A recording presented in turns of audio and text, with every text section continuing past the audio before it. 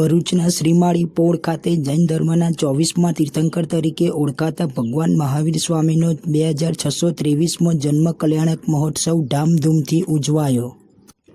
જૈન ધર્મના 24મા તીર્થંકર તરીકે ઓળખાતા ભગવાન મહાવીર સ્વામીનો જન્મ ચૈત્ર સુદ 13ના પવિત્ર દિવસે થયો હતો, જેથી દર વર્ષે આ દિવસને મહાવીર જયંતિ તરીકે ઉજવવામાં આવે છે। આ દિવસને મહાવીર જન્મ કલ્યાણક તરીકે પણ ઉજવવામાં આવે છે। આ દિવસે જૈન ધર્મના 24મા અને છેલ્લા તીર્થંકર તરીકે ઓળખાતા ભગવાન મહાવીર સ્વામીનો જન્મ થયો હોવાને કારણે આ દિવસ મહાવીર જયંતિ તરીકે ઉજવાય છે। ભગવાન મહાવીરનો જન્મ વર્તમાન બિહારના વૈશાલી જિલ્લામાં પટનાથી 29 માઇલ દૂર આવેલા બેસદા પટ્ટી પાસે આવેલા કુંડલ ગામમાં ચૈત્ર સુદ 13ના દિવસે થયો હતો। તેમના પિતાનું નામ સિદ્ધાર્થ રાજા અને માતાનું નામ ત્રિશલા દેવી હતું। જ્યારે મહાવીર પોતાની માતાના ગર્ભમાં આવ્યા એ સમયથી રાજ્યમાં સુખ, સમૃદ્ધિ, શાંતિ અને સંપત્તિમાં વધારો થયો હતો। આથી તેમને વર્ધમાન તરીકે પણ ઓળખવામાં આવે છે। માતાના ગર્ભમાં તેમના ચ્યવન પછી ઘણી સારી ઘટનાઓ બની હતી।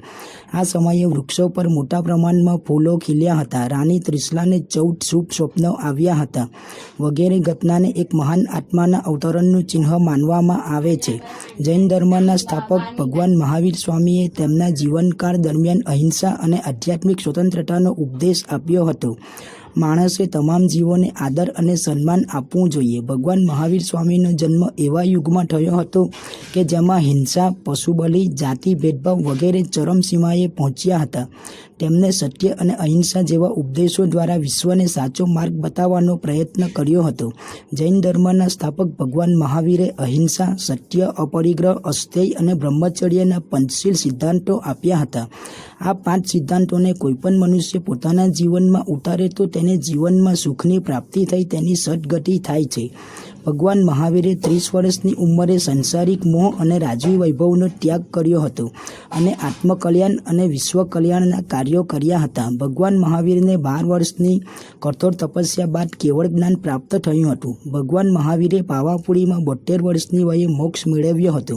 ભરૂચના શ્રીમાળી પોળ ખાતે જૈન ધર્મના 24મા તીર્થંકર તરીકે ઓળખાતા ભગવાન મહાવીર સ્વામીનો 2623મો જન્મ કલ્યાણક મહોત્સવ ધામધૂમથી ઉજવવામાં આવ્યો હતો, જેમાં સવારના 8 કલાકે ભગવાન મહાવીર સ્વામીની પ્રક્ષાલ પૂજા કરવામાં આવી હતી। ત્યારબાદ સવારના 10 કલાકે ભગવાન મહાવીર સ્વામીની પંચકલ્યાણક પૂજા કરવામાં આવી હતી। આ સમગ્ર કાર્યક્રમમાં મોટી સંખ્યામાં શ્રાવક શ્રાવિકાઓએ હાજર રહીને ભગવાન મહાવીર સ્વામીની પ્રક્ષાલ પૂજા, પંચકલ્યાણક પૂજા, પૂજન અર્ચન, દર્શન, આરતી અને નવકારસીનો લાભ લઈને પોતાના જીવનને ધન્ય બનાવ્યું હતું।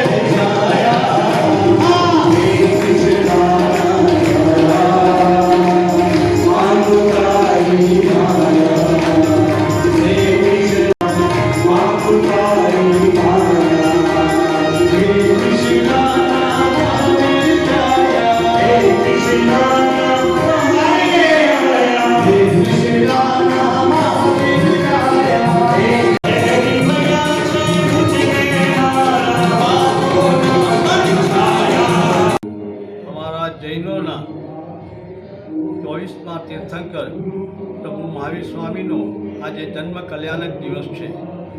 પ્રભુ મહાવીર સ્વામી એ અહિંસા પરમો ધર્મના સિદ્ધાંત ઉપર આખા વિશ્વને સંદેશો આપ્યો છે।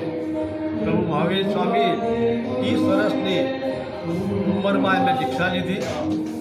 12.5 વર્ષ સુધી ઉગ્ર તપસ્યા કરી અને કેવળ જ્ઞાન પ્રાપ્ત થયું। કેવળ જ્ઞાન પ્રાપ્ત થયા પછી પ્રભુ મહાવીરે 16 પ્રહર એટલે 48 કલાક સુધી સતત દેશના આપી અને સૌને ધર્મ પમાડ્યો। પ્રભુ મહાવીરના 5 સિદ્ધાંતો પર જો જે આખો વિશ્વમાં દરેક તમામ આ 5 સિદ્ધાંતોને અપનાવે તો કદી જીવનમાં કોઈને દુઃખ આવે નહીં.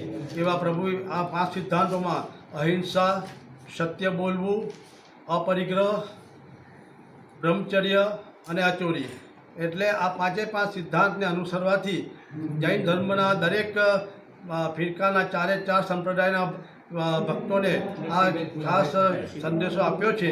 અને એ પ્રમાણે આપણા ધર્મગુરુઓ એને અનુસરીને આજે આ મહાવીર જન્મ કલ્યાણ દિવસે આખા દેશ વિદેશમાં એનો સંદેશોનો ફેલાવો કરી રહ્યા છે.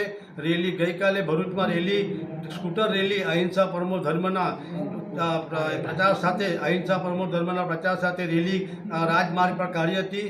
આવી રીતના ભારતના તમામ મોટા મેટ્રો સિટીમાં પણ આજે પ્રભુ મહાવીરની અર્ચના, પૂજા અને બધી જગ્યાએ આ પ્રમાણે એનો ઉજવણી થાય છે. ખૂબ ઉત્સાહથી જૈનો આ પર્વને ઉજવી રહ્યા છે.